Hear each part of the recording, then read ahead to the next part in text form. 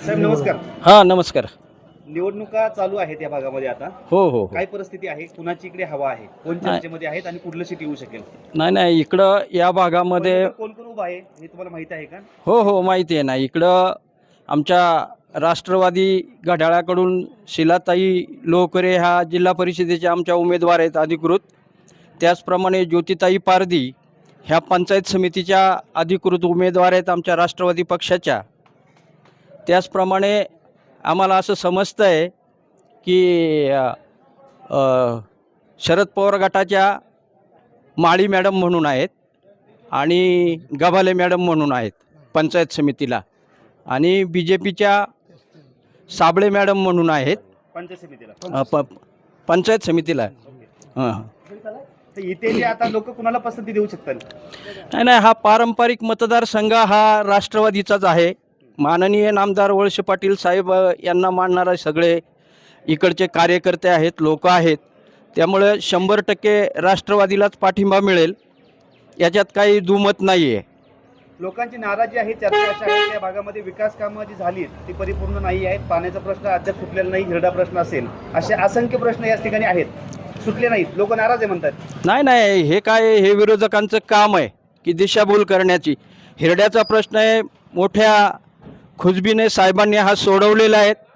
जलजीवन पाणी पुरवठ्याची कामं प्रगतीपथावर आहेत. आता प्रत्येक भागात जरी म्हणलं की परिपूर्ण विकास नाही, एक विकास काम केलं का दुसरं निर्माण होतंच. म्हणजे विकासाची कामं ही चालूच राहणार आहेत. आणि विकासाची कामं पूर्ण करण्यासाठी नामदार वळसे पाटील हे सक्षम आमदार आहेत. त्यांनी गेल्या 40 वर्षामध्ये ह्या भागाचा मोठ्या प्रमाणात विकास केलेला आहे.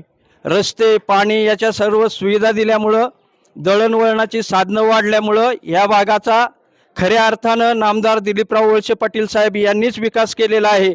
विरोधक काही जरी म्हणत असले तरी विकास नाही, पण नामदार साहेबांनी या भागाचा 1990 पासून मोठ्या प्रमाणात विकास हा केलेला आहे. येथील महिला विचारतात अद्याप डोक्यावरचा हंडा उतरला नाही. बऱ्याच ठिकाणी टँकरनी पाणी दिलं जातं दरवर्षी वगैरे.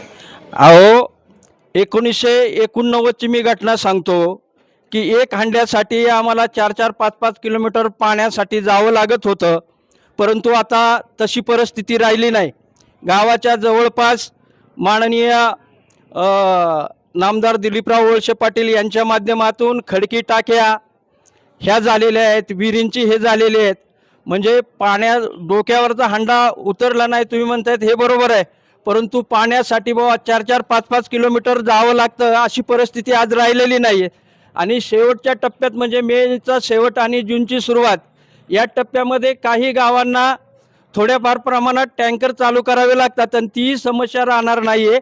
आता इकडं आमच्या 10 गावांसाठी महाराष्ट्र जलजीवन प्राधिकरण यांच्यामार्फत पाण्याचं काम चालू आहे मोठ्या प्रमाणात.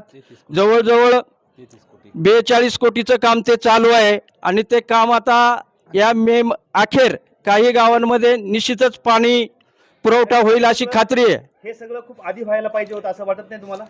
अहो आपण म्हणतो सगळं आधी व्हायला पाहिजे, सगळं व्हायला पाहिजे, पण एका याच्यातून मार्ग काढत असताना आधी 95 साली आपल्याकडं एक 4-5 गावासाठी पाणी पुरवठ्याची व्यवस्था हे झाली होती. म्हणजे नळाद्वारे पाणी ग्रामस्थांना मिळत होतं. परंतु आता ती योजना कालबाह्य झालेली आहे. ही नवीन योजना होती आहे, 2 वर्षापासून सुरू झालेली आहे. काही ठिकाणी काही अडचणी, पाण्याच्या टाक्या बांधणे, पाण्याची पाईपलाईन खोदणे, ह्या अशा थोड्याफार प्रमाणात लहान मोठ्या अडचणी होत्या. त्यामुळे थोडासा विलंब झालेला आहे. परंतु निश्चितच ती योजना आता पूर्णत्वाकडे चाललेली आहे. तुमचं काय म्हणणं आहे, दोन्ही उमेदवार निवडून येऊ शकतील? 100% विरोधकांचं डिपॉझिट जप्त होईल अशी परिस्थिती आहे.